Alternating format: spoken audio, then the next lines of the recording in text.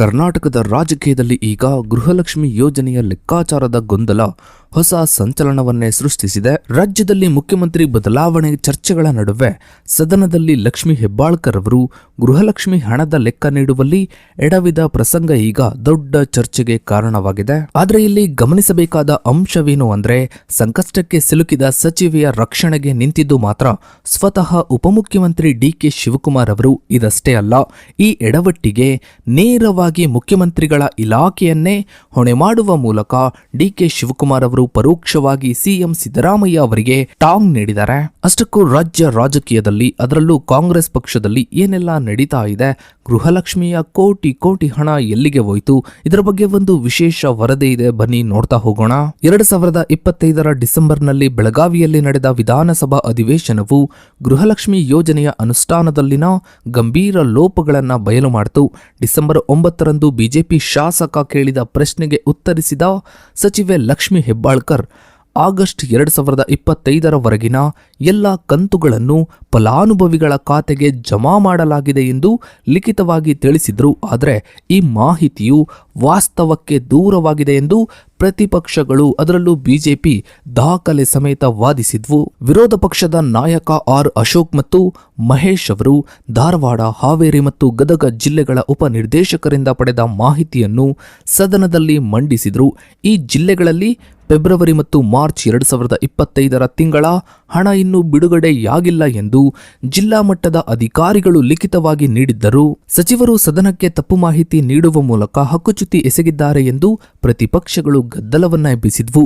ಸುಮಾರು 1.25 ಕೋಟಿ ಮಹಿಳೆಯರಿಗೆ, ಫಲಾನುಭವಿಗಳಿಗೆ 2 ತಿಂಗಳ ಹಣ ಹೋಗಿಲ್ಲ ಎಂದರೆ ಸರಿಸುಮಾರು 5,000 ಕೋಟಿ ರೂಪಾಯಿಗಳ ಕೊರತೆಯಾಗಿದೆ ಎಂದು ಲೆಕ್ಕಾಚಾರ ಮಾಡಲಾಯಿತು. ಸರ್ಕಾರವು ಆರ್ಥಿಕವಾಗಿ ದಿವಾಳಿಯಾಗಿದೆ ಎಂದು ತೋರಿಸಲು ಪ್ರತಿಪಕ್ಷಗಳು ಈ ಸಂದರ್ಭವನ್ನ ಬಳಸಿಕೊಂಡ್ವು. ಹಣ ಎಲ್ಲಿಗೆ ಹೋಯಿತು, ಸರ್ಕಾರವು ಬಡ ಮಹಿಳೆಯರ ಹಣವನ್ನ ಬೇರೆ ಕಡೆಗೆ ವರ್ಗಾಯಿಸಿದ್ಯಾ ಎಂಬಂತಹ ಪ್ರಶ್ನೆಗಳು ಸದನದಲ್ಲಿ ಪ್ರತಿಧ್ವನಿಸಿದ್ವು. ಈ ಹಂತದಲ್ಲಿ ಸಚಿವೆ ಹೆಬ್ಬಾಳ್ಕರ್ ಅವರು ತಮಗೆ ಅಧಿಕಾರಿಗಳು ನೀಡಿದ ಮಾಹಿತಿಯ ಆಧಾರದ ಮೇಲೆ ಉತ್ತರವನ್ನ ನೀಡಿರುವುದಾಗಿ ಸಮರ್ಥಿಸಿಕೊಂಡರಾದರೂ ಸದನದ ಗದ್ದಲ ತಣ್ಣಗಾಗಲಿಲ್ಲ. ಈ ಬಿಕ್ಕಟ್ಟಿನ ಸಮಯದಲ್ಲಿ ಸಚಿವೆ ಲಕ್ಷ್ಮಿ ಹೆಬ್ಬಾಳ್ಕರ್ ಅವರ ಪರವಾಗಿ ಉಪಮುಖ್ಯಮಂತ್ರಿ ಡಿಕೆ ಶಿವಕುಮಾರ್ ಅವರು ಪ್ರಬಲವಾಗಿ ಬ್ಯಾಟಿಂಗ್ ಮಾಡಿದ್ರು. ಆದರೆ ಇವರ ಸಮರ್ಥನೆಯ ಶೈಲಿಯು ಸರ್ಕಾರದೊಳಗಿನ ಆಂತರಿಕ ಸಮೀಕರಣಗಳನ್ನು ಕುತೂಹಲಕಾರಿಯಾಗಿ ಪ್ರದರ್ಶಿಸಿತು. ಶಿವಕುಮಾರ್ ಅವರು ಸಚಿವೆಯನ್ನು ಸಮರ್ಥಿಸುತ್ತಾ ಹಣದ ಬಿಡುಗಡೆಗೆ ಹಣಕಾಸು ಇಲಾಖೆಯ ಜವಾಬ್ದಾರಿ ಎಂದು ನೇರವಾಗಿ ಬೆರಳು ತೋರಿಸಿದರು. ಕರ್ನಾಟಕದಲ್ಲಿ ಹಣಕಾಸು ಇಲಾಖೆಯು ಮುಖ್ಯಮಂತ್ರಿ ಸಿದ್ದರಾಮಯ್ಯನವರ ನೇರ ಉಸ್ತುವಾರಿಯಲ್ಲಿದೆ. ಡಿಕೆ ಶಿವಕುಮಾರ್ ಅವರು ಹಣಕಾಸು ಇಲಾಖೆಯು ಯಾವಾಗ ಅನುಮತಿ ನೀಡುತ್ತದೆಯೋ ಆಗ ನಾವು ಹಣವನ್ನು ಬಿಡುಗಡೆ ಮಾಡುತ್ತೇವೆ ಎಂದು ಹೇಳುವ ಮೂಲಕ ಲಕ್ಷ್ಮಿ ಹೆಬ್ಬಾಳ್ಕರ್ ಅವರ ವೈಫಲ್ಯಕ್ಕಿಂತ ಹೆಚ್ಚಾಗಿ ಹಣಕಾಸು ಇಲಾಖೆಯ ವಿಳಂಬ ನೀತಿಯನ್ನು ಎತ್ತಿ ತೋರಿಸಿದರು. ಇದು ಪರೋಕ್ಷವಾಗಿ ಮುಖ್ಯಮಂತ್ರಿಗಳ ಇಲಾಖೆಯ ಮೇಲಿನ ಹೊಣೆಗಾರಿಕೆಯಾಗಿ ಕಂಡುಬಂತು. ಈ ನಡೆಯು ಕಾಂಗ್ರೆಸ್ ಪಕ್ಷದೊಳಗಿನ 2 ಪ್ರಮುಖ ಗುಂಪುಗಳ ನಡುವಿನ ಅಧಿಕಾರದ ಹೋರಾಟದ ಭಾಗವೆಂದು ವಿಶ್ಲೇಷಿಸಲಾಗಿದೆ. ಸಚಿವೆ ಹೆಬ್ಬಾಳ್ಕರ್ ಅವರು ಶಿವಕುಮಾರ್ ಅವರ ಆಪ್ತ ವಲಯದಲ್ಲಿ ಗುರುತಿಸಿಕೊಂಡಿರುವುದರಿಂದ ಇವರ ರಾಜಕೀಯ ವರ್ಚಸ್ಸನ್ನು ಉಳಿಸಲು ಶಿವಕುಮಾರ್ ಅವರು ಹಣಕಾಸಿನ ತಾಂತ್ರಿಕತೆಗಳನ್ನು ಮುಂದಿಟ್ಟು ಮುಖ್ಯಮಂತ್ರಿಗಳ ಅಧೀನದ ಇಲಾಖೆಯನ್ನು ರಕ್ಷಣಾತ್ಮಕವಾಗಿ ಬಳಸಿಕೊಂಡರು. ತಮ್ಮ ಸರ್ಕಾರದ ಮೇಲಿನ ದಿವಾಳಿ ಆರೋಪವನ್ನು ತಳ್ಳಿಹಾಕಲು ಶಿವಕುಮಾರ್ ಅವರು ಕೇಂದ್ರ ಸರ್ಕಾರದ ಅನುದಾನ ಬಾಕಿ ಇರುವ ವಿಚಾರವನ್ನು ಪ್ರಸ್ತಾಪಿಸಿದ್ರು. ಕೇಂದ್ರ ಸರ್ಕಾರವು ಭದ್ರಾ ಮೇಲ್ದಂಡೆ ಯೋಜನೆಗೆ ನೀಡಬೇಕಾದ 5,300 ಕೋಟಿ ರೂಪಾಯಿಗಳು ಮತ್ತು ಉದ್ಯೋಗ ಖಾತ್ರಿ ಯೋಜನೆಗೆ ನೀಡಬೇಕಾದ ಸಾವಿರಾರು ಕೋಟಿ ಇನ್ನೂ ಬಿಡುಗಡೆ ಮಾಡಿಲ್ಲ ಎಂದು ಅವರು ವಾದಿಸಿದರು. ಕೇಂದ್ರ ಸರ್ಕಾರವು ಹಣ ನೀಡದೇ ಇದ್ದರೆ ಅದನ್ನು ದಿವಾಳಿ ಎಂದು ಕರೆಯಲು ಸಾಧ್ಯವೇ ಎಂದು ಪ್ರಶ್ನಿಸುವ ಮೂಲಕ ಇವರು ರಾಜ್ಯದ ಆರ್ಥಿಕ ಪರಿಸ್ಥಿತಿಯನ್ನು ಸಮರ್ಥಿಸಿಕೊಂಡರು.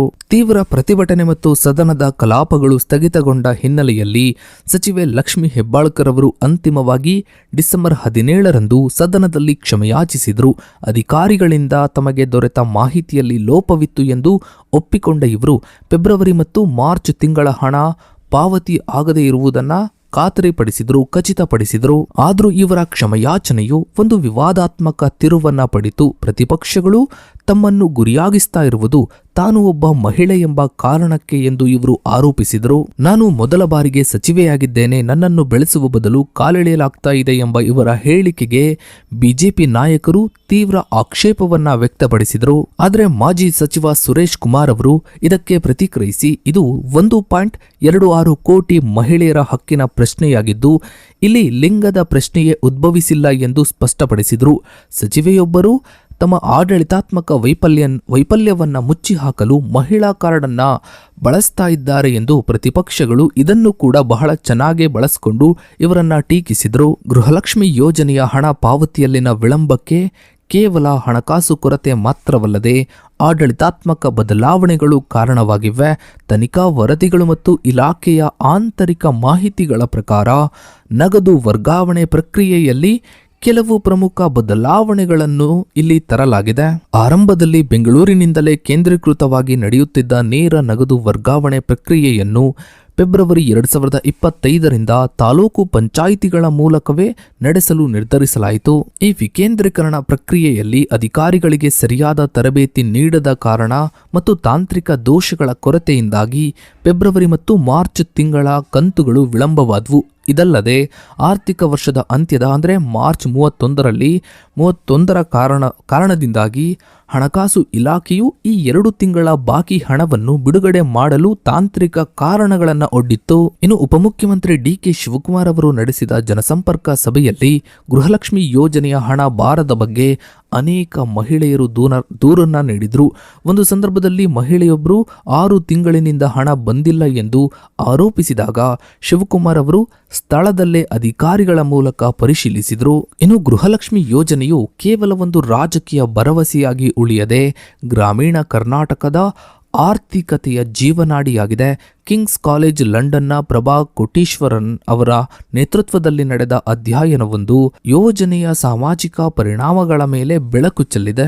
ವಿಳಂಬ ಪಾವತಿಯು ಬಡ ಕುಟುಂಬಗಳ ದಿನನಿತ್ಯದ ಬದುಕಿನ ಮೇಲೆ ಗಂಭೀರ ಪರಿಣಾಮ ಬೀರ್ತಾ ಇದೆ. ಅನೇಕ ಮಹಿಳೆಯರು ಈ ಹಣವನ್ನು ನಂಬಿ ಸಣ್ಣ ಪುಟ್ಟ ಸಾಲಗಳನ್ನ ಮಾಡಿಕೊಂಡಿದ್ದಾರೆ.